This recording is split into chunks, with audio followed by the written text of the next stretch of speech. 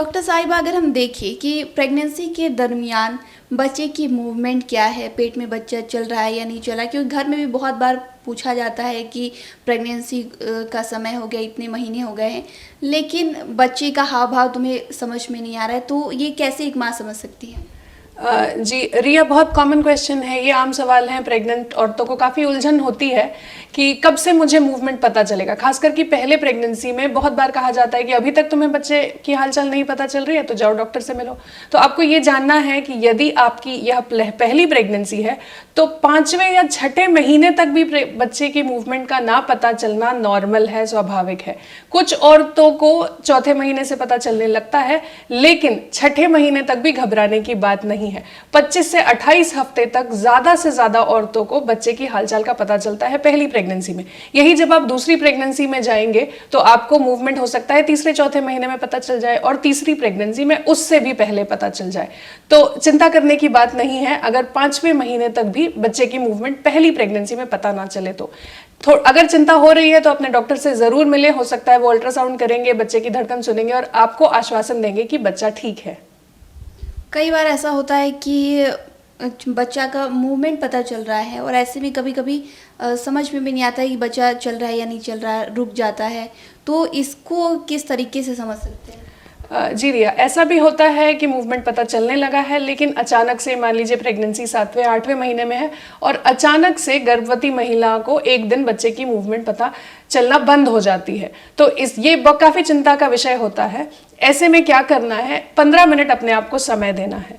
पहले अगर आप खाली पेट हैं तो कुछ खाना है, कुछ खा लिए, कुछ पी लिए, कुछ फल ले लिया, कुछ मीठा खा लिया, और थोड़ा बहुत मूवमेंट करना है। जिस स्थिति में आप हैं या सो रही हैं या बैठी हैं तो उससे उठें, थोड़ा चलें, 15 मिनट समय दें और बच्चे की हालचाल पर फिर से ध्यान दें, फिर से गौर करें।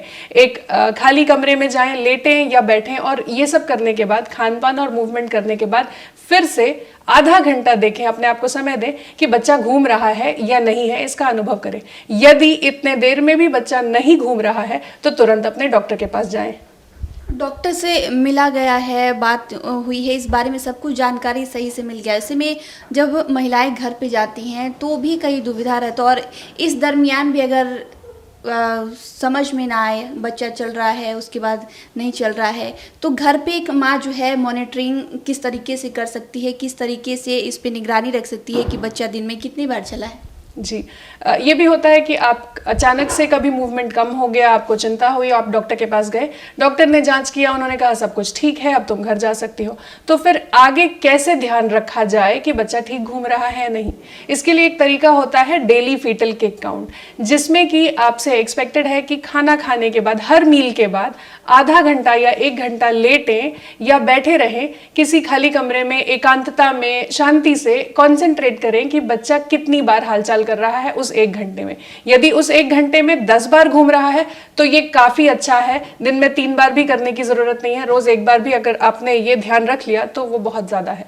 तो अगर आप 3 बार ये करती हैं हर मील के बाद, नाश्ते, लंच और डिनर के बाद, तो 1-1 घंटा लेटें या बैठें और ध्यान दें कि कितना मूवमेंट हो रहा है। अगर 1 बार भी 10 बार हो रहा है तो दिन में दोबारा ये करने की जरूरत नहीं है। कभी कभी कोई बच्चे कम चलते हैं, जैसे 8वां महीना खत्म होने के बाद बच्चा खुद कम चलने लगता है, तो इसमें यदि 12 घंटे में सिर्फ 10 बार भी मूवमेंट हो रही है तो वो भी काफी नॉर्मल है।